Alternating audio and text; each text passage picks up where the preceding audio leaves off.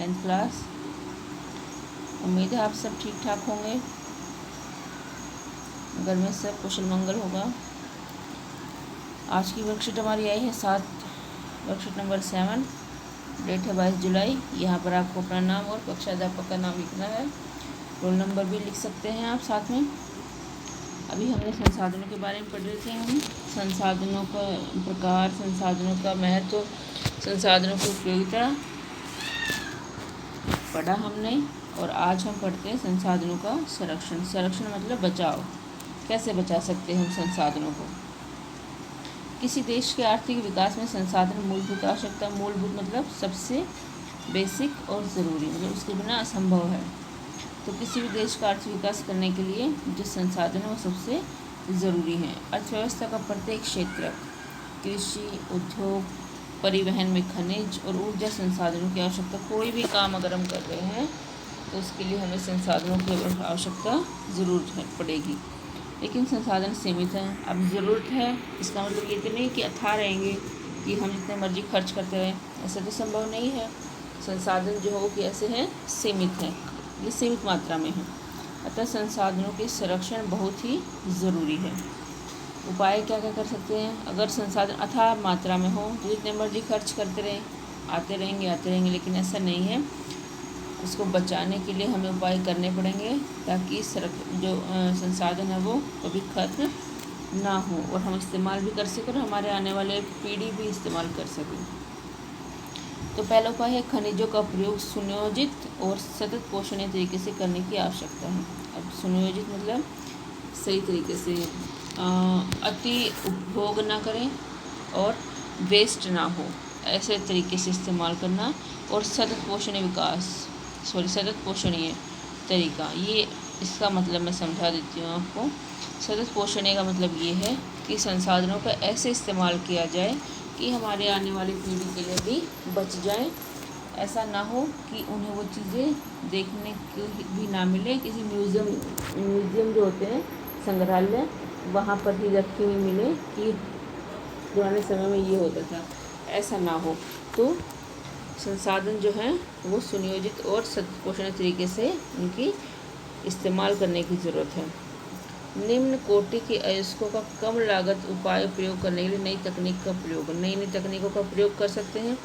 जो सस्ते अयस्क हैं, धातुएं हैं, उनका ऐसे इस्तेमाल करना कि पैसा कम खर्च हो और नई तकनीक का प्रयोग करके उनको उपयोग में लाया जा सके। संसाधनों का पुनःचक्रण और पुनः प्रयोग, संसाधनों को इस तरीके से इस्तेमाल करें कि उनको दोबारा से बनाया जा सके।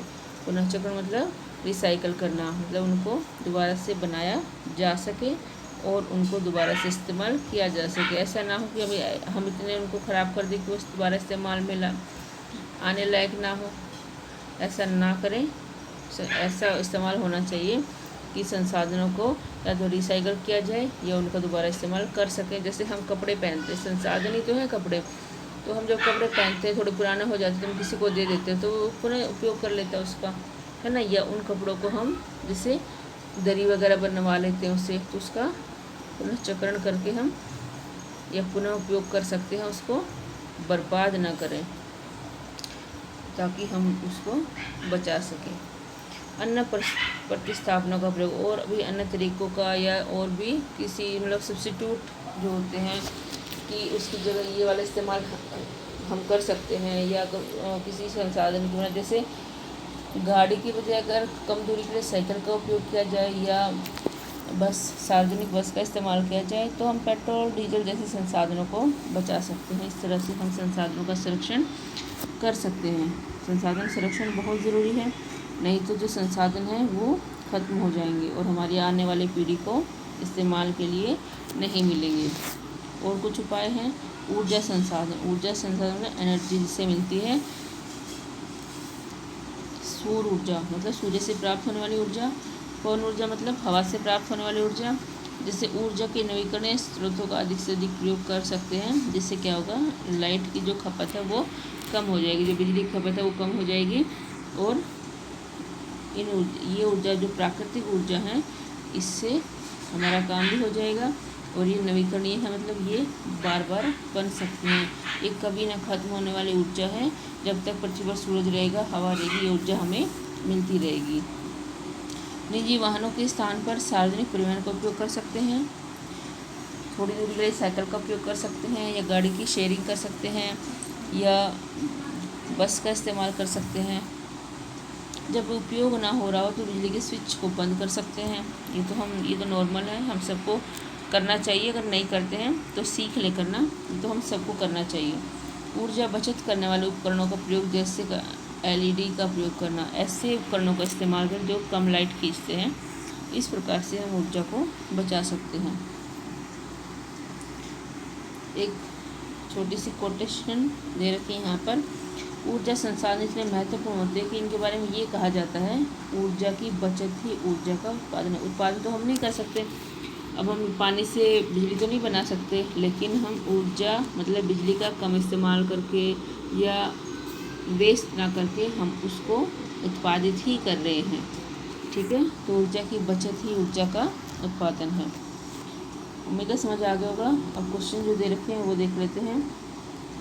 संसाधनों का संरक्षण क्यों ज़रूरी है? क्वेश्चन आपको स्वयं करना है, क्यों ज़रूरी है, ताकि आने वाली पीढ़ी के लिए बच सके और ऐसा ना हो पृथ्वी पर से बिल्कुल खत्म हो जाए।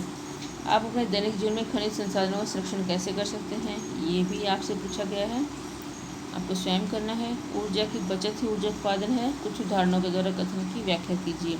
एक उदाहरण मैंने भी दे दिया था और ये उदाहरण आपको स्वयं करें। तो क्वेश्चन आपको स्वयं करने हैं। अगर आपको लेसन समझ नहीं आया है तो आप लेसन पूछ सकते हैं, लेकिन क्वेश्चन आप स्वयं करने की कोशिश करेंगे।